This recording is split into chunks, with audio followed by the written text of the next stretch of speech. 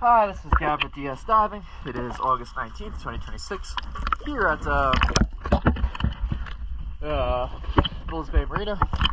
I'm just getting a video showing the waterline and how messed up it is. As you can see, I've gone here and done my best working at the other side, but there's so much blistering and stuff on the waterline, and as you can see, the paint just does not go high enough. So when I try and give it a couple of swipes with the scrubby pad,